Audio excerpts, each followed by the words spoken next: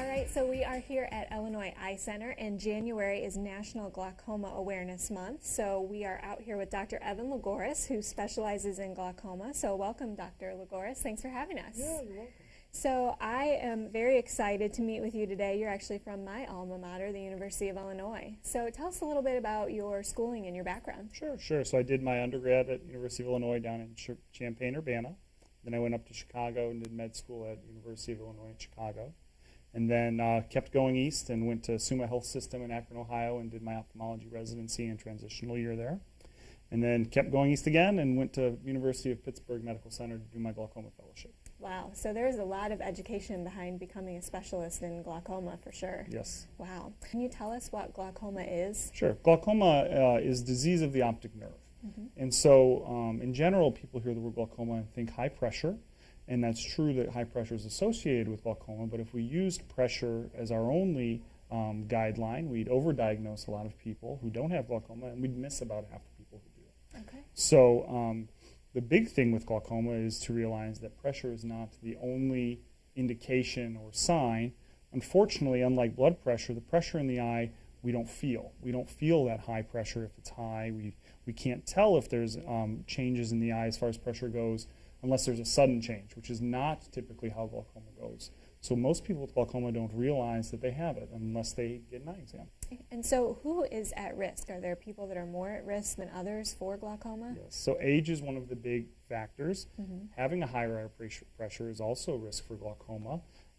Certain ethnicities, African Americans, Hispanics, have a higher risk of the types of glaucoma we see most commonly here in the U.S.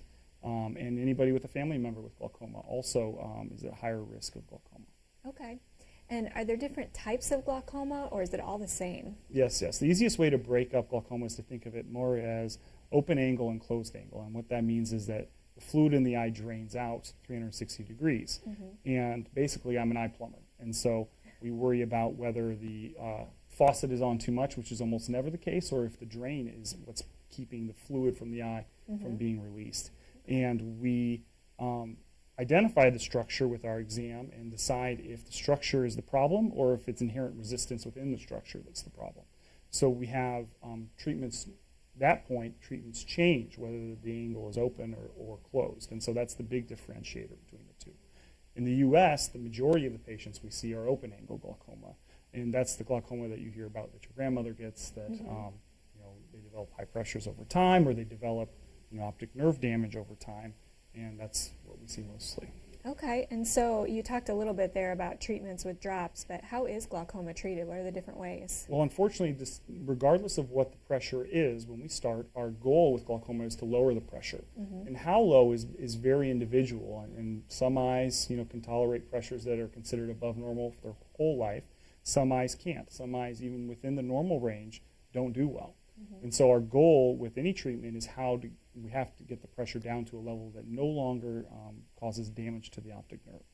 And that level is different for everyone. We really have three different ways that we do that. Drops is one. Laser is another option. And then the third option is surgery. Okay. In general, here in the U.S., we usually start with the first two options in most patients, and then reserve the third option for more severe glaucoma, or if someone also has cataracts, sometimes we combine glaucoma and cataract surgery to get people off of drops. Okay. And so then how is glaucoma controllable long term? In general, very well. We have a lot more methods to control pressure, including a lot more drops than we used to have. We have a lot more surgeries than we used to have. Here at the Eye Center, we're doing some of the newer glaucoma techniques that weren't available even 5-10 years ago. And so we do have a lot more options and a lot more bullets in our arsenal. There are some patients, no matter what you do, unfortunately, with glaucoma that don't do well, but the vast majority of glaucoma, especially when we catch things early on, is treatable. And that's another important thing about glaucoma is the earlier we catch things, the easier it is to treat, and actually the less disability it causes the patient. And that's our goal, is to catch things before people are having problems with their vision and problems with their sight, because that's really when we want to be treating people. We don't want to, play catch up. We want to get ahead of the problem. Right. So you heard it here, regular eye examinations by an ophthalmologist are the best way to detect that glaucoma and to make sure that you catch it early enough that they can do some great things out here for you. So thank you so much for talking to us today about glaucoma, a lot to learn.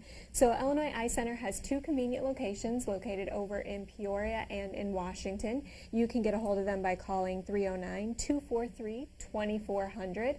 Or you can also visit them online at illinoiseyecenter.com to schedule that glaucoma screening today. Thanks, guys. Thank you, Dr. Lagouros.